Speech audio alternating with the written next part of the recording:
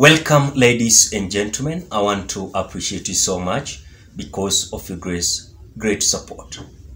Now, Azimio la Umoja has come out to give Kenya Kwanza 6 days ultimatum to correct and accept a bipartisan talk towards the issues that should be discussed. I told you yesterday, as I want to clarify something that is very important, as we are going to analyze the issue, why there is a possibility of mass action coming the earliest next week. Now, the issue here is that Kenya Kwanza is not able to control their team that they send to engage the appointed individuals from Azimio to at least discuss some issues that were making Azimio to storm the streets. As we speak now, there is a meeting of Azimio la Umoja that has been scheduled on Friday. And I think this meeting is going to I think it is the parliamentary group of Azimio, if I'm not wrong. They're going to have a meeting on Friday, I think at Kalonzo Musyoka's farm, Yata. And after that, we are being told that there is a tsunami announcement, press briefing on Tuesday. And this is going to give the country way forward. What next? Because as we speak, Azimio is having different issues addressing across the board. 1, the high cost of living. 2, the servers of IEBC. 3, reconstitution of IEBC commissioners. 4, the issue of Jubilee, as they are speaking about migration of one political party to the other. Then I think those are the main issues that Azimio is addressing as far as we are concerned. Now, why is it that there is a possibility of Azimio la Umoja storming the street? 1, the ground has been hostile and there is a bigger percentage support of Azimio to go back to the street. Why? Because of the high cost of living, as they rely on what they also have their interest when it comes to the issue of servers, when it comes to the issue of political parties, when it comes to the reconstitution of IEBC commissioners and high cost of living. I think these people have the ground on why they should go back to the street. I saw some people saying that this time round it will be tsunami. Why?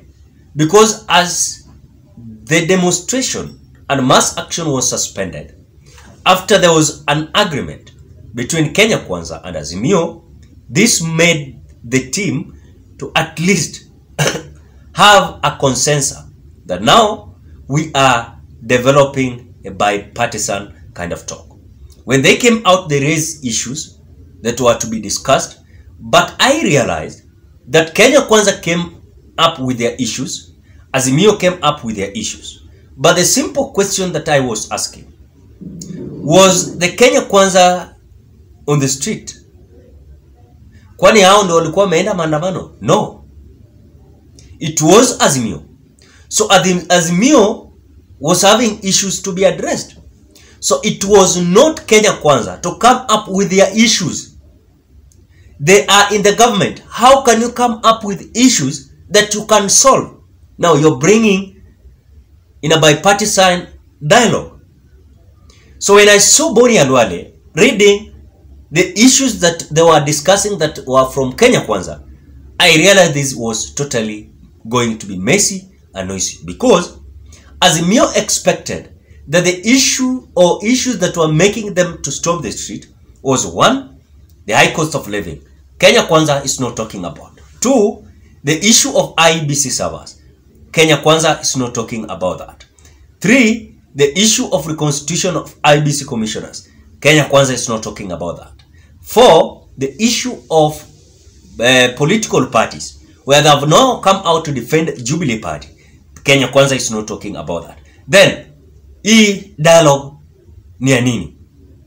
Let people go to the street if they are not serious with this kind of issues. Because I realized that Kenya Kwanza thought like Raila Odinga was having his interest. That if this was not going to happen, then he was going to enter into their government through the back door. But upon their realization, they have at least seen that Raila Odinga and his team, they are not interested at all joining this government. Why am I saying that?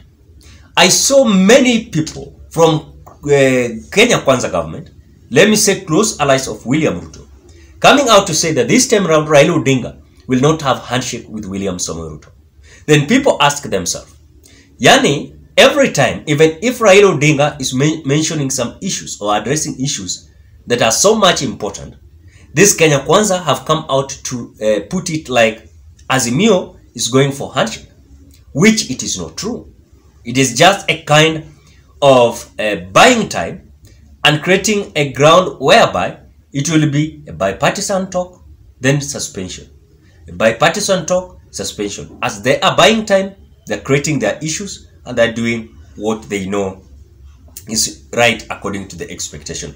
So this ultimatum is going to give a very stormy kind of scenario in the Republic of Kenya, as Kenyans are celebrating, hiking and catalyzing this kind of tsunami announcement that might come on Tuesday. So it is, I think the first meeting is going to be on Friday. And on Friday, they're going to have a meeting at Kalonzo Musyoka's farm, Yatta, where they're going to discuss about the budget bill of 2023. How they're going to ensure that this bill is not going to pass in Parliament.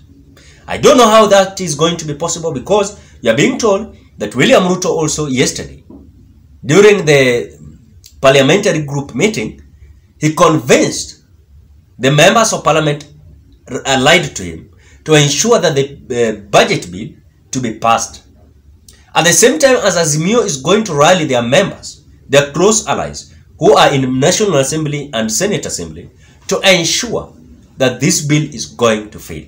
I don't know, but we're waiting the battle. If any case, there is a close ally of William Ruto that is going to reject, or they are going to reject the bill, then they might add the weight to Azimio team. And I think if this bill is going to fail, then it is going to paralyze the government of William Ruto. At the same time, if this budget is going to pass, then still they're going to be paralyzed, because teachers have come out to give their ultimatums, doctors, they have come out to give their ultimatums, county governments have come out to give their ultimatums across the board. So it is a very stressful kind of scenario that William Ruto is in. So as we are waiting on Tuesday is tsunami announcement. Even Eugene Wamalwa, as he was reading the statement, he come out saying that is going to be a tsunami kind of announcement. And this is a way of, they're just giving a 6 days ultimatum. They want to listen to whatever Kenya Kwanza is saying. If they are serious, they can resume. If they are not serious, then this is the time to storm the street. And I want to tell you, this time around, this third demonstration is going to storm across the Republic of Kenya. Because now, some Kenyans will come out not because of servers, not because of political parties, not because of IEBC commissioners, but because of high cost of living that they have come out to experience. And it is going to be so pathetic to William Samoei Ruto. I don't know how he's going to cope up with, because he has come out to say that people should give him time, but I don't know how this is going to be, as much as we are concerned, ladies and gentlemen. So this is the scenario that Kenya Kwanza must fit in, because William Ruto never came out showing any kind of seriousness to control his team that was appointed to engage Azimio. It is just a kind of pathetic scenario in this kind of dialogue. I think this time around, let Azimio not just to blindly involve the Kenya Kwanza if they will not come out to at least show a kind of faithfulness towards them. But again, something that I have realized is that they are coming out to promise that now we are going to be faithful. But at the same time, as they are resuming, things are not well. So we are waiting 6 days ultimatum. What is going to happen? So ladies and gentlemen, what are thoughts? Drop your opinion at the comment section below. Otherwise, thank you so much because of your support. Please consider subscribing, liking, commenting, and sharing this video. Bye bye till we meet on another video.